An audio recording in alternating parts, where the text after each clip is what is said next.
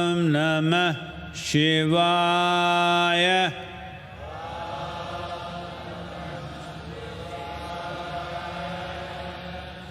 Om Namah Shivaya.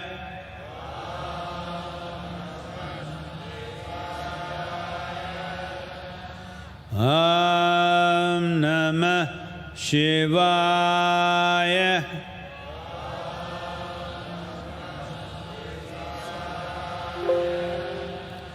Om Namah Shivaya.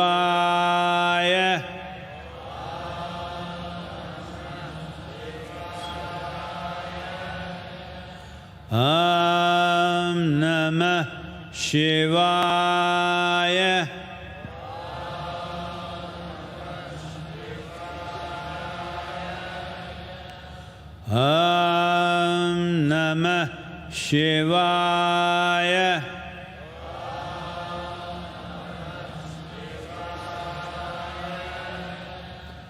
Om Namah Shivaya.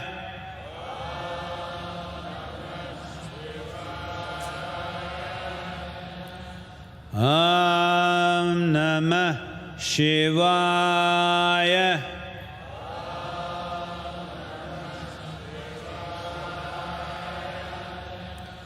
Om Namah Shivaya.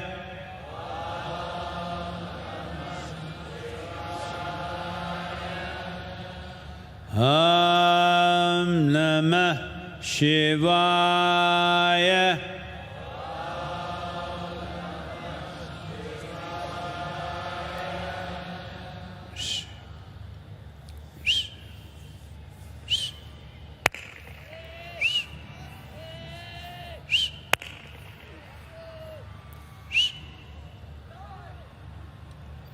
Medua, romba medua kann terikla.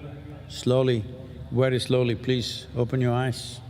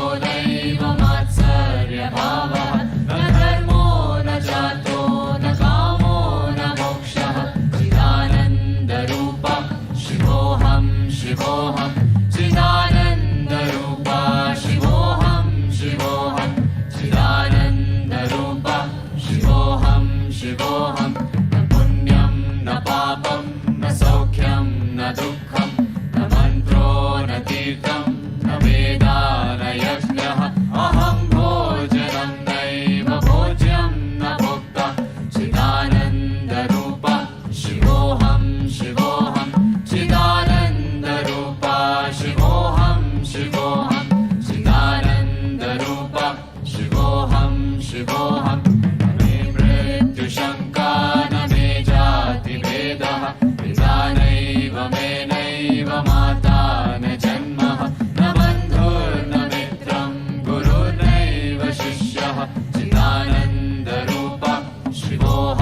शिवोऽहं चिदानन्दरूपा शिवोऽहं शिवोऽहं चिदानन्दरूपा शिवोऽहं शिवोऽहम् अहं निर्विकल्पो निराकाररूपो विभुत्वा च सर्वत्र सर्वेन्द्रियाणां न च सङ्गतं नैव मुक्तिर्न मेयः चिदानन्दरूपा शिवोऽहं शिवोऽहं चिदानन्दरूपा शिवोऽहं शिवोऽहं चिदानन्दरूपा शिवोऽहं शिवोऽहम्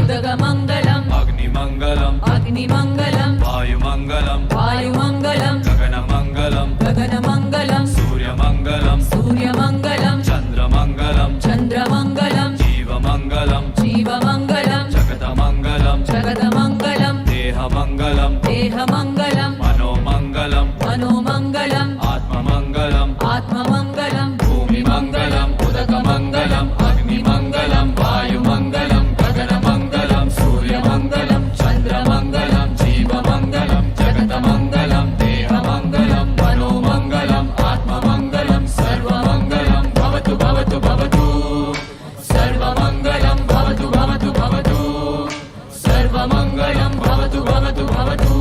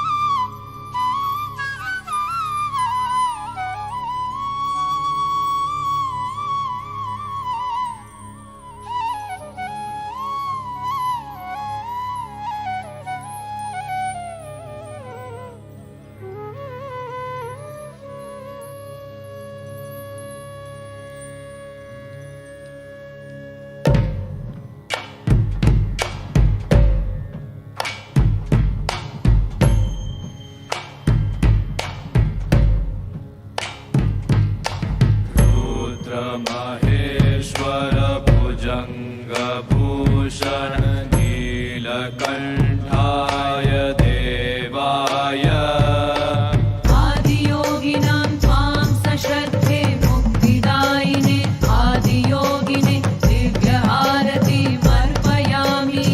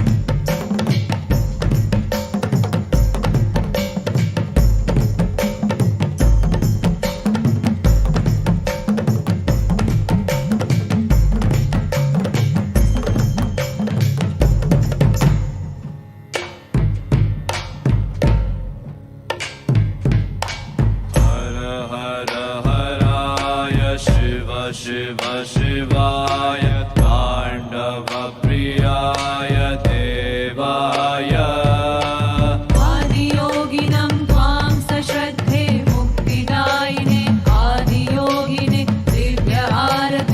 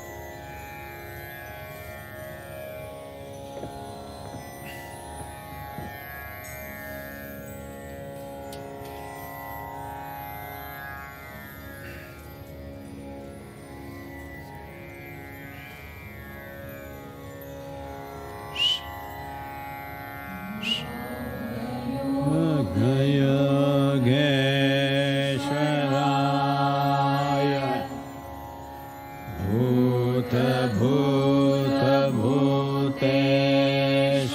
Bhuteshwaraya Kala Kala Kaleshwaraya Shiva Shiva Sarveshwaraya Shambho Shambho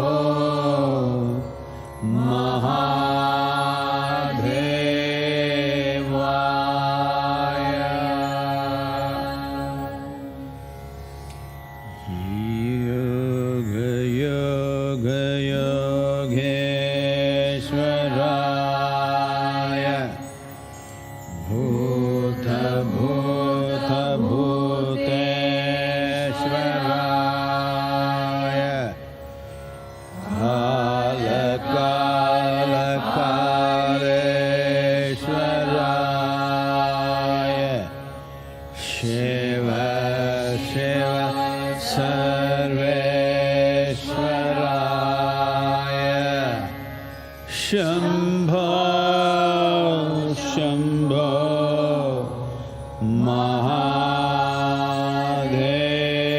Mahadevaya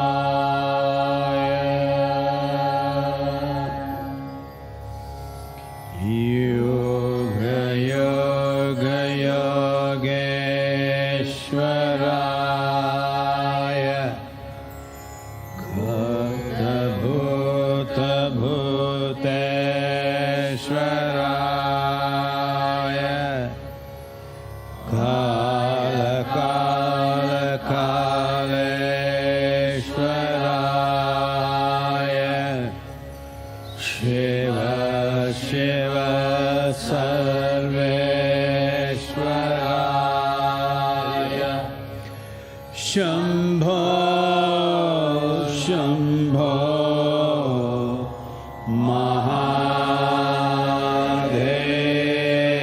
Mahadevaya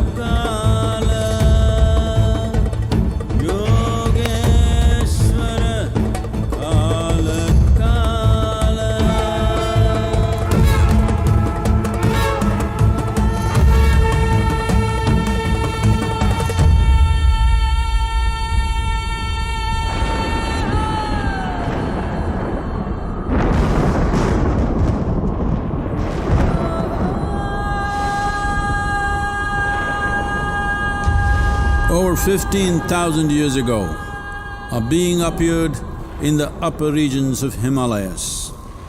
No one knew who he was, where he came from. The origins of this spectacular being were unknown.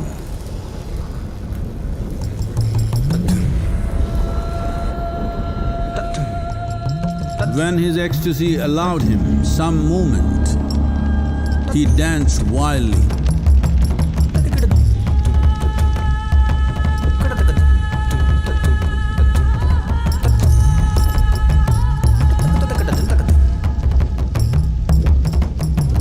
When intensity peaked, he became utterly still.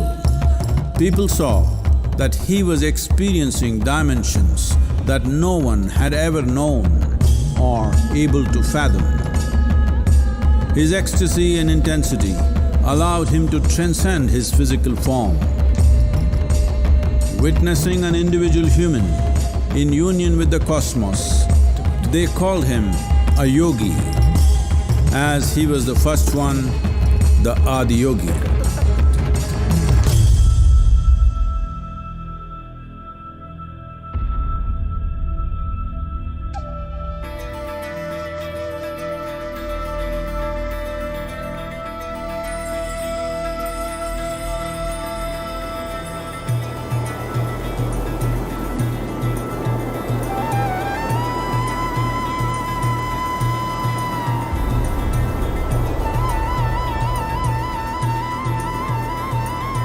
When his stillness lasted for years on end, curious onlookers melted away.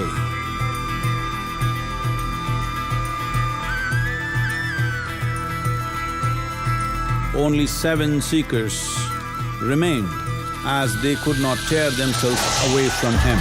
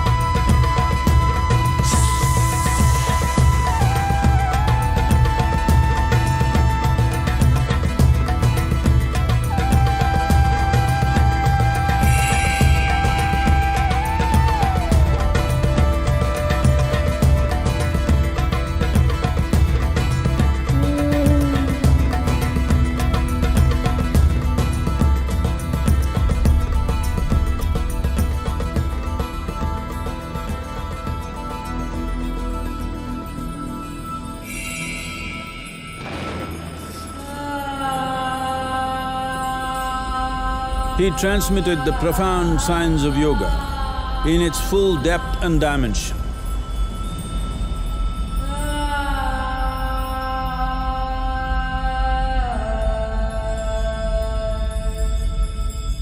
He expounded 112 methods of attainment, offering his disciples access to the deepest innards of creation.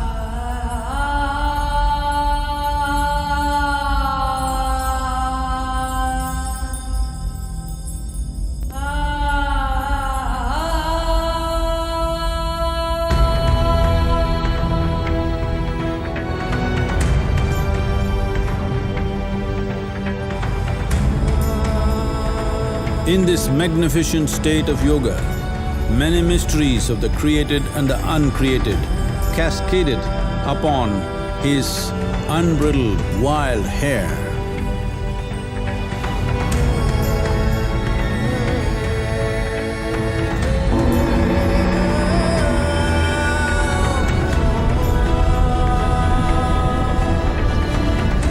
It was a vision of the very core of the cosmos in all its profundity and magnificence, a vision of the unfathomable mysteries of the universe, a most overwhelming vision the sages and Devi Parvati had ever witnessed.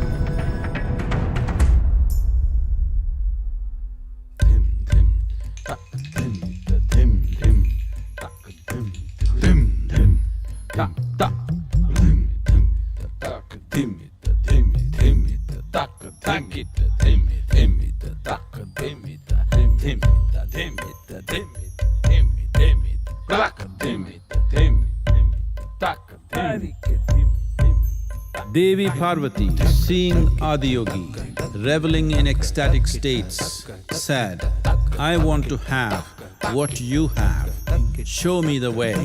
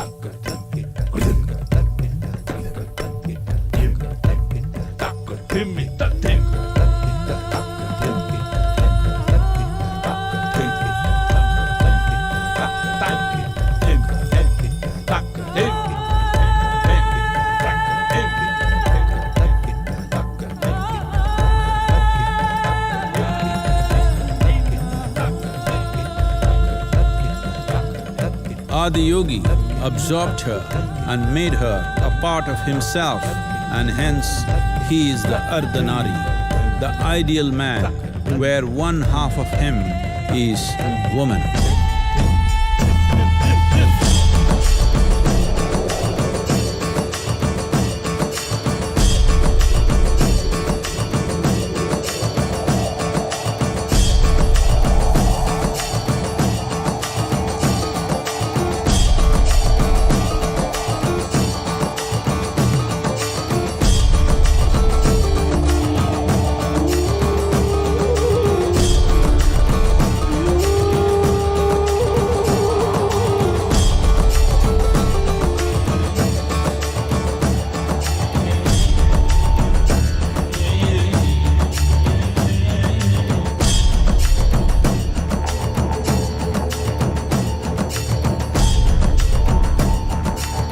Seeing the splendor of this magnificent union, Ghanas, his constant companions, asked, "What about us?" Adiyogi said, "Just drink of me," which drove them into intoxicated raptures.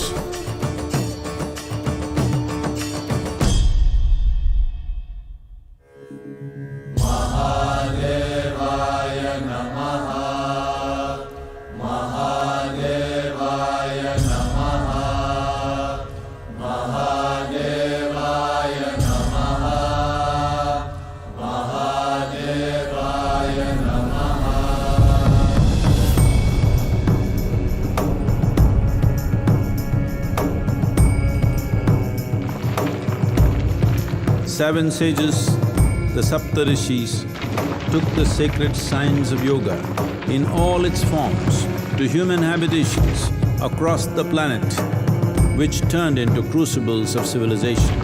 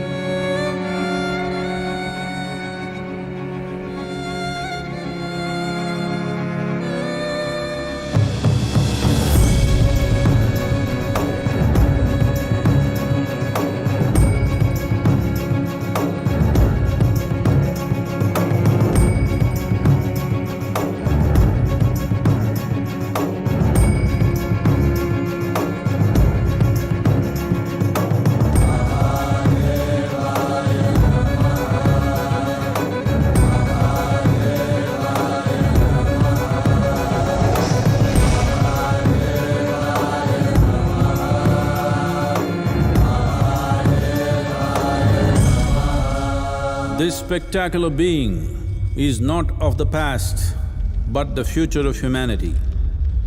To move humanity from hallucinations of ups and downs to nameless ecstasies of one's interiority. Mahadevaya Namaha, Mahadevaya Namaha, Mahadevaya Namaha.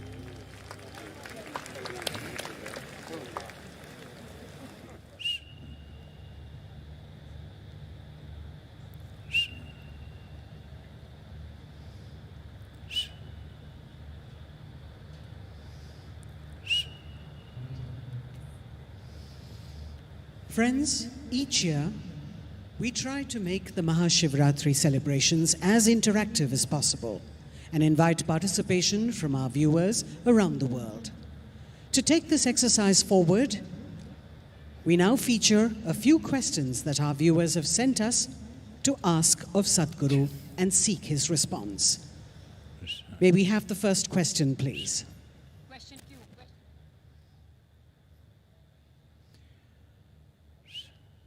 Hello, Sadguru. I've been following you for quite some time through YouTube, and I also follow the spiritual practices that you offer. But as a non-Hindu, I don't know if I can relate to Shiva. Is Maha Shivaratri still relevant for me? Oh.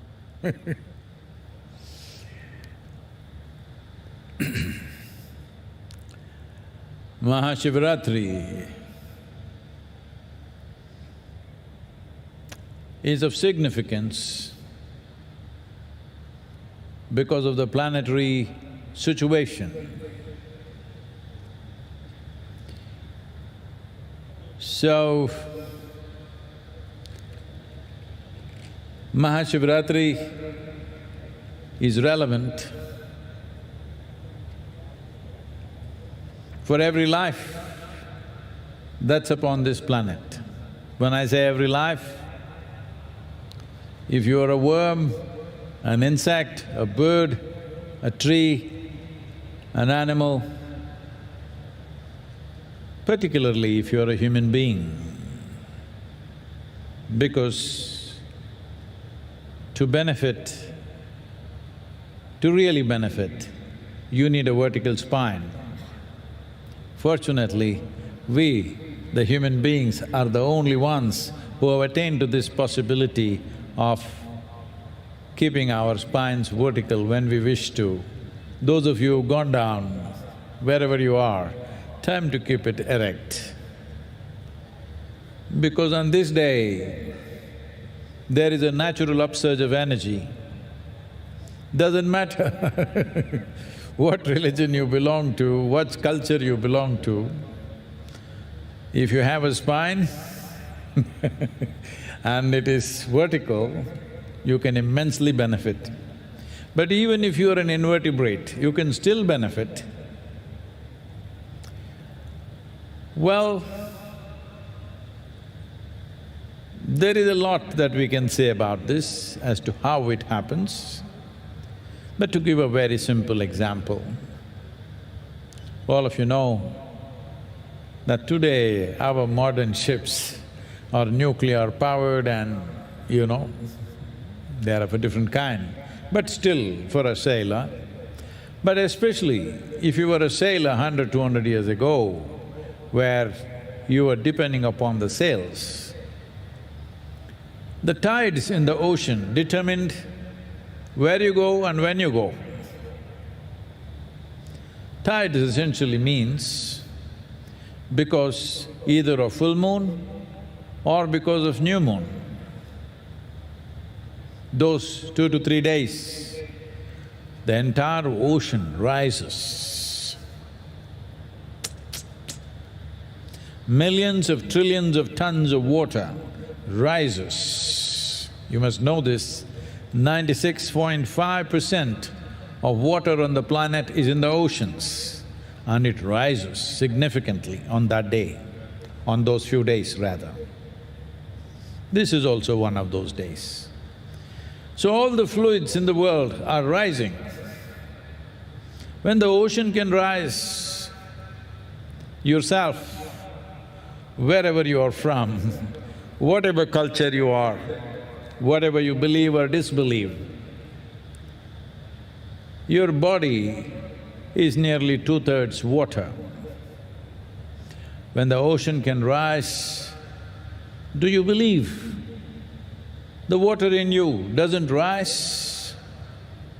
Is it possible because you're not born in India, it is not rising for you? It does. Anyway, it does. If you are conscious, you can make use of it for your well-being. Of the 12 to 13 Shivaratris that appear in a calendar year, This is called Mahashivaratri in the month of Magha, where it has maximum impact on the system, simply because of the tilt and the position of the planet in relationship both with the moon and particularly with the sun.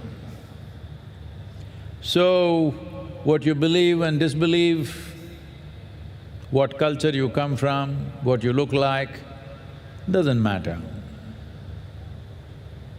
There are things happening in the world which affects every life.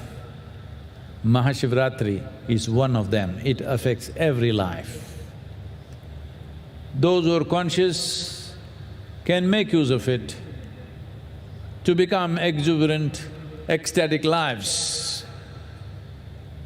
You also know, on full moon days and new moon days, those who have unfortunately lost their mental balance and who are in serious conditions, let's say in institutions, those days all the institutions take extra care, because those days one's madness is also exaggerated. Because this is not about madness or meditativeness, it is just an upsurge. When there is an upsurge, when there is a big wave, if you know how to ride the wave, it will be great joy. If you do not know how to ride the wave, you will get crushed by the same wave. Somebody who is an expert wave rider, his dream is a tsunami. He would like to ride it. But the word tsunami would strike terror in most people's minds. So this is the same way. There is a little bit of a tsunami within you. It's my intention, it's my wish and my blessing that you must ride this. You must ride this towards your well-being. You must ride this to become an exuberant, an ecstatic human being. It doesn't matter where you are, you don't have to believe or disbelieve anything, you just have to experiment a little bit. If you're against experimentation because you're attached to some dogma, some fundamental belief systems, well, you can still experiment, but if you're against experiment, obviously you're fearful of the truth. Truth is not a bad thing. Truth seems to threaten you only because you've invested heavily in falsehood. If you have not invested in falsehood, what is the problem with truth? That is the best thing that can happen. But truth can dismantle things that you have invested in. This is a brief life. There are only two things to your life. When it comes to your experience of life, the profoundness of your experience. When it comes to your activity, the impactfulness of your activity. This is all there is to life. Rest is all nonsense made up in your head of wealth and fame and this and that. This is all in your head. There are only two things: profoundness of experience and impactfulness of action. This is all there is to our lives.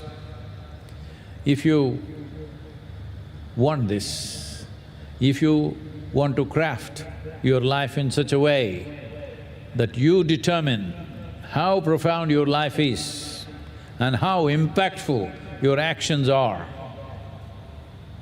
then you must make use of these forces.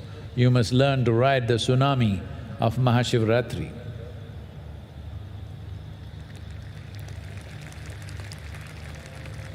Hi Sadguru, happy Mahashivaratri. My question is that so many people have become enlightened on full moon days, like Buddha, Tamil saints on Thaipusam. So how is the full moon different from the crescent moon of Shivaratri? Thank you.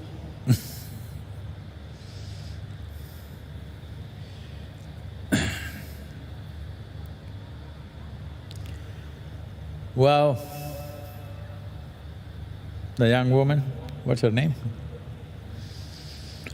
Well, if you want to make use of the full moon, yes, it's a good one. It has its qualities. Between full moon and new moon or no moon days, the difference is of presence and absence. Difference is of reflected light or darkness.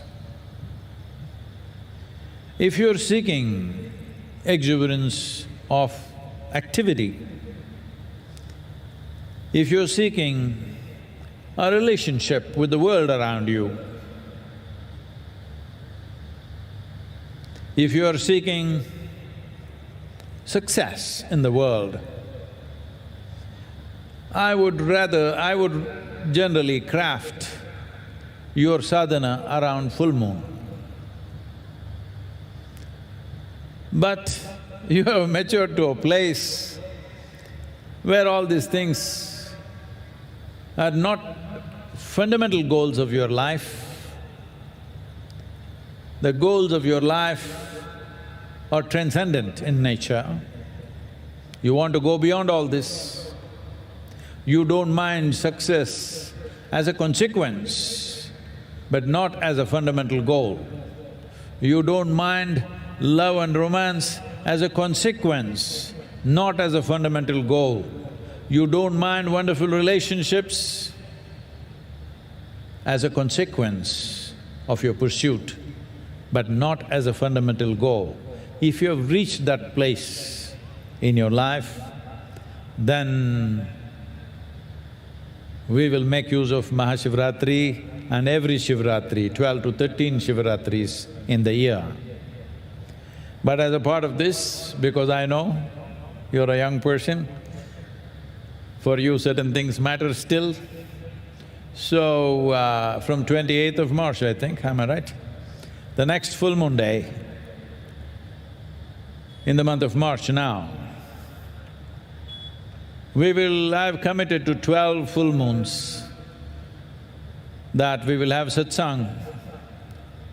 For these 12 full moons, at whatever time, all these timings will be announced, I think it's 6:40 if I'm right. I'm calling this full moon flirtations, because full moon is like that. That is the nature, because it's an outward exuberance. New moon, Shivaratri is an inward stillness. If you're seeking stillness, we seek Shivaratri. If you're seeking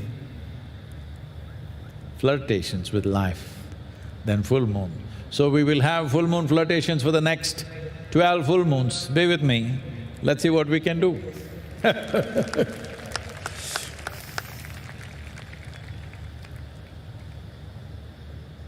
Namaskaram, Sadguru. So today being Maha Shivaratri, I just wanted to know what is the best thing we can offer to Shiva on this occasion? Best thing is yourself. Because what else do you have? What else do you really have? Everything that you have is something that you gathered from this world. Don't think it belongs to you, you can use it for some time. Don't ever think it belongs to you. Your home, your people, your wealth, the warehouse of collection that you have, it doesn't belong to you. It's only there for your use for some time. So giving those things, what is there, you take it and give it back. What is the point of that? Even the very body that you carry is something that you gathered from this planet. Even giving your body means nothing. If you can give yourself that is the best thing you can do. But you need something symbolic to offer, because you want to offer something. So normally, it is held this way that on Mahashivaratri day, if you just offer one leaf, a vilva leaf, which is dear to Shiva, just one leaf, not even a flower, they said that's enough. With the right attitude, with devotion burning in your heart, because you don't know how to offer yourself, you just offer a leaf. That will do. Here I have plenty of leaf today, I will offer one for you, wherever you are from. I'm not able to see where she is from, what her name is, but we will offer a leaf, more than one leaf for you and for all those people who are sleeping today. And those who are awake, we've already offered many. Here we'll offer some more, especially for you. This girl, I don't know where she's from. One leaf will do. The idea is to tell you, the question is not about what, the question is about how. You must understand this. What you do does not determine the quality of your life. How you do it, that is what determines the quality of your life. When I say how, instead of trying to fix what, if you just fix how, your life will be in order. Whatever you do, the nature of the human being is such, in every action, you want to be something more and something more. When you want to be something more, you can rob somebody, you can go and conquer somebody, you can enslave somebody, or you can just go shopping or you can love and embrace. Something becomes yours either by buying it, by enslaving it, by conquering it, or simply by loving it and including it and embracing it as a part of yourself. The same thing happens, but how you do it is what makes the difference. Will your actions be of love, empathy and compassion, or will your actions be of conquest, enslavement, domination? Shopping, I'm not against, but it's one of the ways you can make something yours. So, on this Mahashivaratri day, don't even bother to pluck a leaf. Why pluck a leaf? Just offer yourself. Will Shiva take you away? No, because you're anyway his. Why will he take you? Because you do not know how. What is this? Offering myself means what? So a leaf is a symbolism. You don't even have to go and pluck a leaf in the middle of the night. Just mentally offer a leaf, that is enough. Look at him, he is an ascetic. What will you do with things that you offer? If you offer gold, silver, diamonds, what will an ascetic do with it? If you give me gold chains, what will I do? What will I do with it? I will only think of melting it and doing something, some project. But what will an ascetic do with your offerings? You offering yourself means you will never be an impediment in your life. That must happen. There are 1,000 impediments in the world, there are many issues in the world. You must make sure of this one thing in your life, that you are never the issue in your life. You are not the problem, you are always the solution. Problems will come from outside they keep coming. The more you try to do in the world, the more problems you will face. but you should not be a problem. You should never be an impediment. You should never be an issue in your life. This is what offering yourself means. You've already given yourself, so why will you be in the way?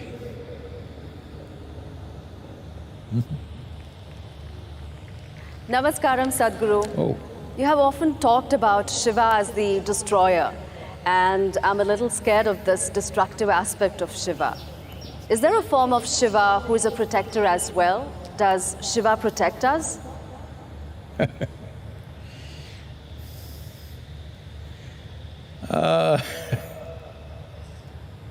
See, you have something with you that is very fragile, that can be broken, that can be destroyed. If you live with this, for always you will live in fear and anxiety. So, the way of Shiva is such, everything that can be broken, if it's broken, there is something here that cannot be broken. Life becomes absolutely carefree and wonderful. It's a good way to go. So Shiva is a destroyer. Will he be a protector? Yes, but in a very different way than the way you think. Because you can believe what you want to believe. Always people are hoping for something absurd to happen, that when you're just falling down, a hand will come from the sky and hold you. Well, that never happened, but still people never stop believing it. But if you earn the grace of life, the source of life, if you earn the grace, life gets lubricated, well-lubricated machine you become, that you will not get stuck anywhere, you will flow smoothly. I must tell you this now that you're asking this question. The Saptarishis, the first 7 disciples of Shiva, who are today known as the celestial sages in India, when they were to part, when he said, you take this and give it to the world, go in 7 different directions, many different parts of the world that nobody from this land had ever seen, those kind of lands. So they were little apprehensive. When they were just about to leave, they asked him, we don't know where we are going, what kind of people we will meet, and will we be able to share these profound truths with them? So if we are in a mess, if we are in a trouble, will you be there for us? Shiva looked at them, Adiyogi looked at them incredulously and said, well, if you're in trouble, I will sleep. Because this is the way of the mystic. He says, I will sleep. When you sleep, right now you're individual people, tonight, you're individual people because you're not sleeping tonight. But if you sleep, you will become part of the earth, you will become part of everything. You may not know, but you have become, you always are, but you make yourself an individual being, an individual person. But when you sleep, your personality is gone, your gender is gone, your wealth is gone, your qualifications are gone, all your quirks are gone, and you're just one with everything. So Shiva is saying, if you're in trouble, I will sleep, that means I will be one with you. Don't worry. So don't worry about this. Destroyer does not mean he will come and break you down. He will be one with you when you seek him, in that sense. Well, here many manifestations of Shiva have happened. There is a Yogeshwara Linga right here, there's another one in the Adiyogi Alayam, there's of course Dhyana Linga. Different dimensions of Shiva, different aspects of energy to serve for those people who don't like the word, different dimensions of life. Dimension, dimension, dimension. Please stay awake tonight, all of you, dimension people.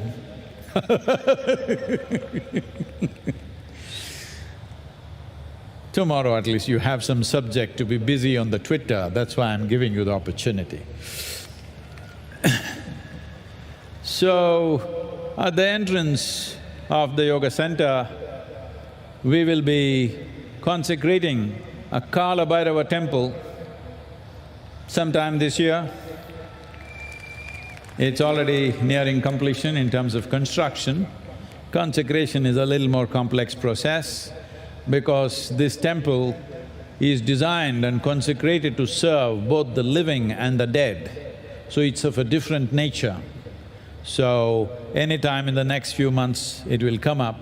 So what you call as Shiva is not a person, it's a dimension. And there are many dimensions to him. So one of these dimensions are called Kala Bhairava, or one who is the master of time. You must understand, your life is timed.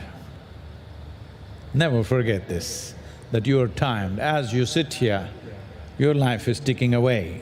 If you're sleeping, your life is ticking away. If you're doing whatever you're doing or not doing, your life is ticking away. Essentially, your life is timed. So this dimension of Shiva is about the timekeeper, and he is both relevant for the living and the dead. So this is a very special kind of consecration which will be happening Kala Bhairava.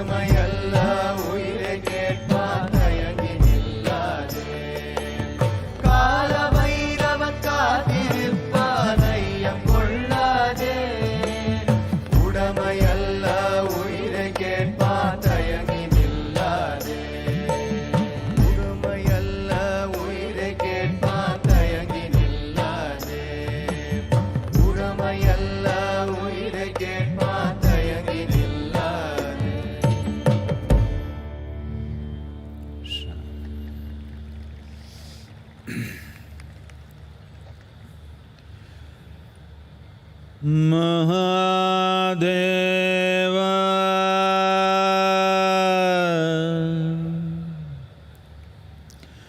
Maheshwara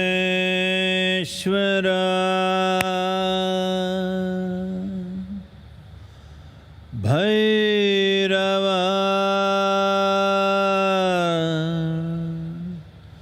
Kala Bhairava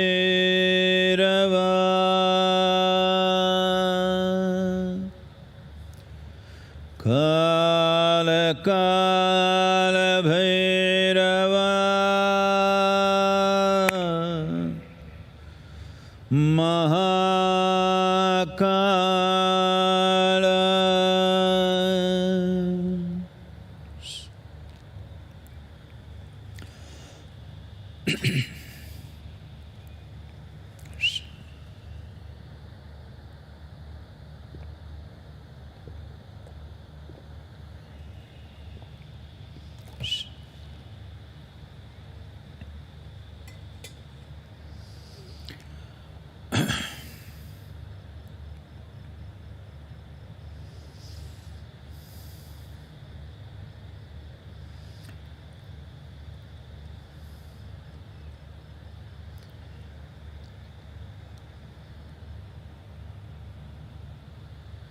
This happened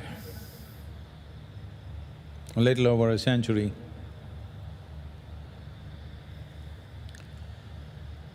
In the near Palani Hills, which is the now very famous pilgrimage for devotees of Muruga or Kartikeya.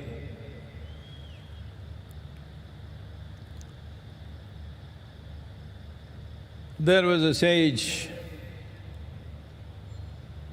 who came near Palani, spent a certain amount of time. He went into very deep states of samadhi. Because people saw him in states that they had never seen before,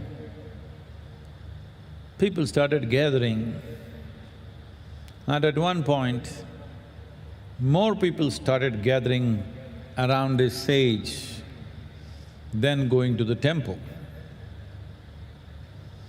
So naturally, there was a certain amount of disturbance in that society.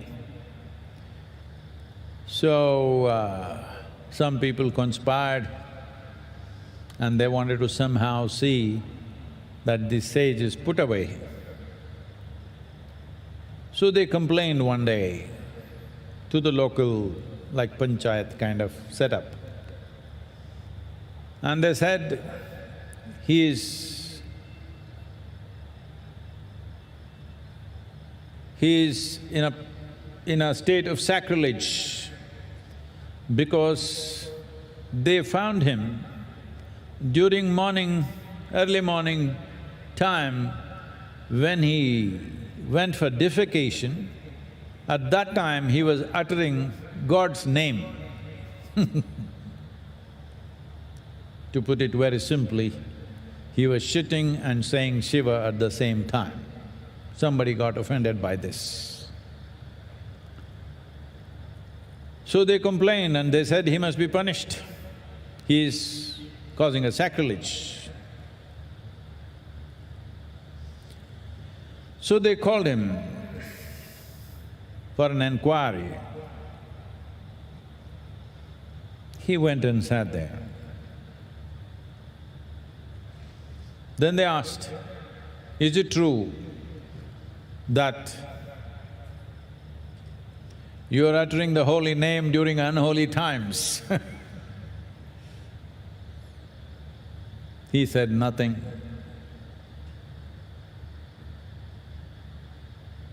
His mouth was closed, he said nothing. They questioned him again and again, he said nothing.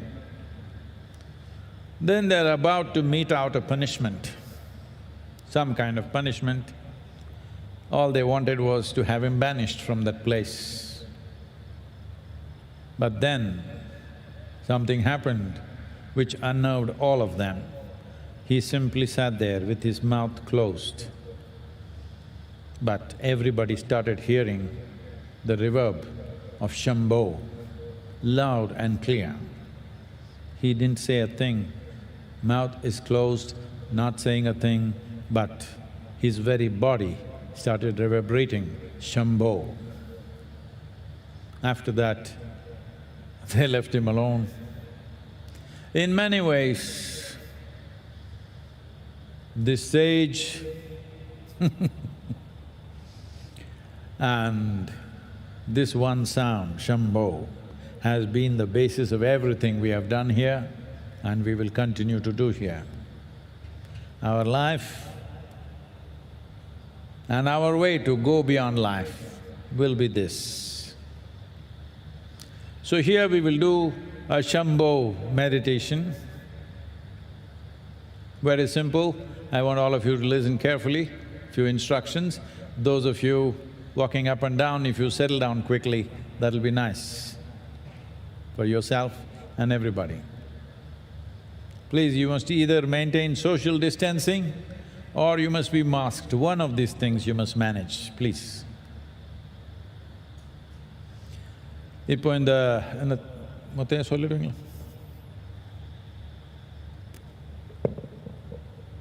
Muruga பக்தர்களுக்கெல்லாம் ரொம்ப பிடித்தமான தலம் பழனி. அதற்கு அருகே ஒரு ஞானி ஒருவர் வாழ்ந்தார்கள். எப்பொழுதும் உயர்ந்த சமாதி நிலையிலேயே அவர்கள் காணப்படுவார்கள். அவங்களுடைய சாநித்தியம் காரணமாக அவங்கள சுற்றி நிறைய கூட்டம் கூட ஆரம்பித்தது. ஒரு காலகட்டத்தில் கோயிலுக்கு போகிறவங்களுடைய எண்ணிக்கையை விட இந்த சுவாமிகள் பக்கத்தில் நிறைய பேர் வந்து சேர ஆரம்பித்தாங்க. இது சமூகத்தில் ஒரு விதமான சலசலப்பை ஏற்படுத்தியது. இதை தடுக்க வேண்டும் என்று பல பேர் நினைத்தார்கள். உள்ளூரில் இருக்கக்கூடிய ஒரு பஞ்சாயத்து தலைவர் மாதிரி இருக்கக்கூடியவங்ககிட்ட போய் புகார் கொடுத்தாங்க. என்ன புகார் கொடுத்தாங்கன்னா, இந்த சுவாமிகள் வந்து இவங்க மலம் கழிக்க போகிற போது கூட சிவநாமத்தை சொல்கிறாங்க அப்படின்னு புகார் கொடுத்தாங்க. உடனே அவர்கிட்ட ஒரு விசாரணை வச்சாங்க. நீங்கள் புனிதமில்லாத நேரத்தில் கூட இறைவனுடைய புனித நாமத்தை சொல்கிறீர்களாமே அப்படின்னு கேட்டாங்க. அவங்க வாயே திறக்கலை, அமைதியாக இருந்தாங்க. பல்வேறு கேள்விகளில் தொலைச்செடுத்தாங்க. சுவாமிகள் வாய் திறக்காமல் வாய் மூடி மௌனமாக இருந்தாங்க. அவங்களுக்கு ஏதாவது தண்டனை கொடுக்கலாம், அந்த ஊரை விட்டே வெளியே அனுப்பிடலான்னு முடிவு பண்ண நேரத்தில் ஒரு சம்பவம் நடந்தது. சுவாமிகள் வாய் மூடி இருந்தாங்க. ஆனால் அவங்கக்கிட்டேருந்து ஷம்போ என்கிற அந்த மந்திர அதிர்வு உருவானதை அதை எல்லாராலையும் கேட்க முடிஞ்சுது. அந்த ஞானியும் அந்த ஷம்போ மந்திரமும் தான் ஈஷாவினுடைய மூல அம்சங்களில் ஒன்று. இதுவரை நாம் வாழ்வதற்கும் இந்த வாழ்வை கடந்து போவதற்கும் ஷம்போ என்கிற இந்த உச்சாடனம் ஒரு பெரிய சாதனமாக கருவியாக இருக்கும். இதை எப்படி உச்சரிக்கிறது அப்படிங்கிற வழிமுறைகளை நீங்கள் கவனமாக இப்போ கேட்டுக்கணும். அங்கங்கே நடந்து கொண்டிருப்பவங்க ஒரே இடத்துல அமர்ந்துருங்க. ஒன்று சமூக இடைவெளி நீங்கள் 2 பேர் மத்தியில் கண்டிப்பாக இருக்கணும், அல்லது முகக்கவசம் அணிந்திருக்கணும். இந்த நிலையில் இப்பொழுது நீங்கள் இந்த ஷம்போ மந்திர உச்சாரணத்துக்கு தயாராகலாம்.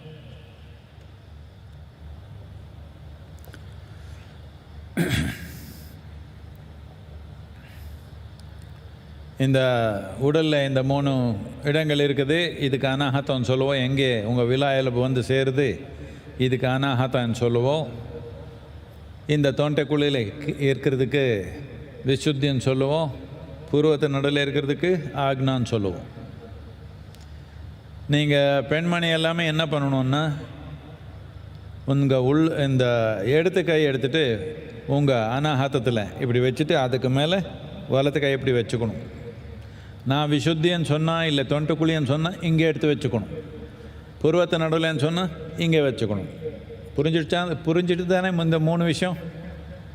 இங்கே எலும்பு இந்த எலும்பு சேர்கிற இடத்துல, இந்த எலும்பு கூடு இங்கே சேர்கிற இடத்துல அதுக்கு கீழே அனாஹதம் இங்கே வச்சுக்கணும். முதல்ல தொண்டைக்குழின்னு சொன்ன இங்கே வச்சுக்கணும். புருவத்து நடுவில்னா இங்கே வச்சுக்கணும். ஆண்கள் எல்லாமே வலத்து கை முதல் வச்சுட்டு இடத்து கை அது மேலே வச்சுக்கணும். அவர் கூட அதே தான், தொண்டைக்குழின்னா இங்கே வச்சுக்கணும், புருவத்து நடுவில்னா இங்கே வச்சுக்கணும். So these are the three aspects of your physiology, your energy physiology. There is something called as anahata, where your rib cage meets, just beneath that is anahata. Your pit of your throat is vishuddhi, between your eyebrows is the agna. So all the ladies, you must hold your left palm, the center of your left palm in line with your anahata, and then place the right palm over this.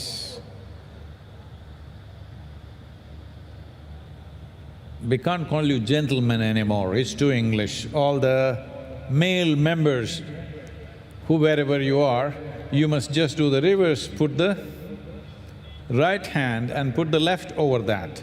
So when I say Vishuddhi or pit of the throat, move it here.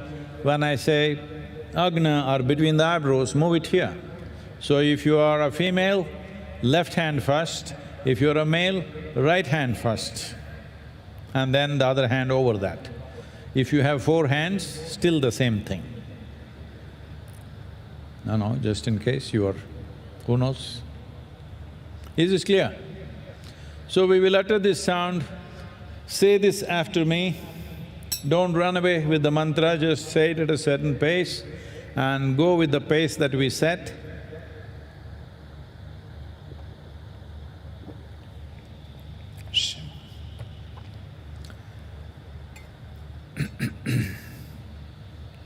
Please place your hands upon your anahata.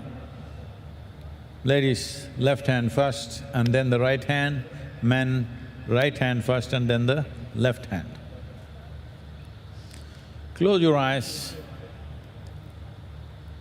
எல்லாம் உங்கள் உள்ளங்கை இந்த நெஞ்சில் இந்த பாகத்தில் வச்சுட்டு எங்கே நுரையீரல் வந்து சேருது அது கீழே அப்படி வச்சுட்டு, பெண்கள் எல்லாமே முதல் இடத்து கை, அதுக்கு மேலே வலத்து கை, ஆண்கள் முதல் வலத்து கை, அதுக்கப்புறம் எடுத்து கை அப்படி வச்சு கண்ணு மூடி, முகம் லேசாக மேல் முக்கமாக வச்சு கண்ணு மூடி உட்காந்துக்கலாம். Sit with a slightly upturned face, eyes closed.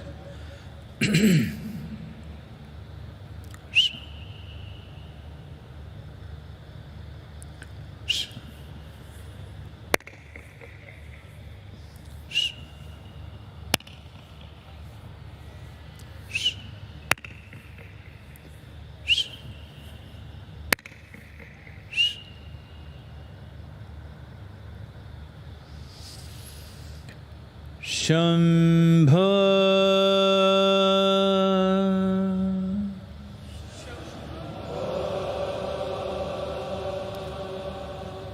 Shambha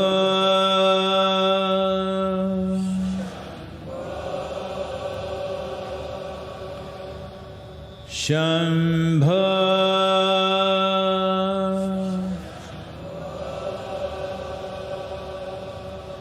Shambha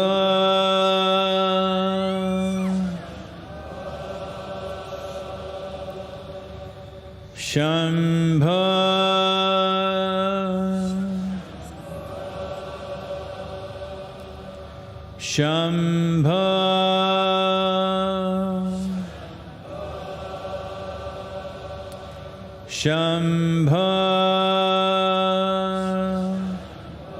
Shambha Shambha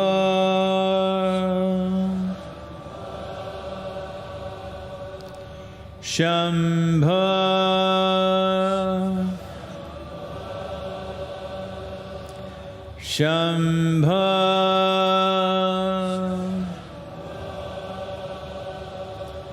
Shambha Shambha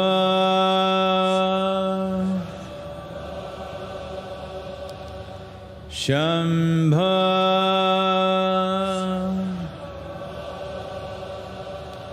Shambha